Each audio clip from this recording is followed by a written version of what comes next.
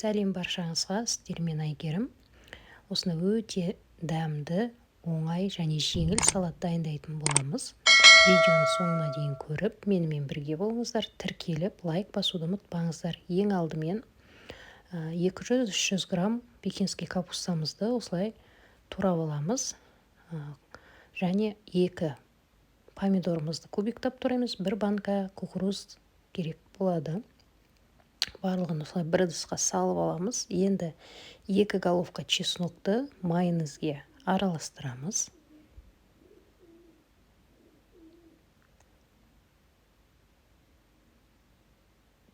Достар, менің каналымда неше түрлі салаттардың, тәтті пирогтардың, торттардың рецепттері бар.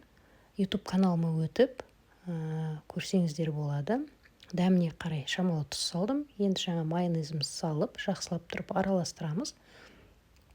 Бұл салат тез дайындалады. Ештеңені пісіруді қажет етпейді. Асығыс кезінде осылай дайындап жіберсеңіздер өте дәмді болып шығады. Түрін қарасаңыздар әдемі көрінеді.